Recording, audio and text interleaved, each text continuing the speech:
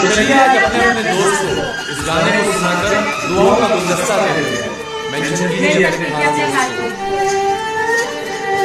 दुआ है उसे ना कभी गम मिले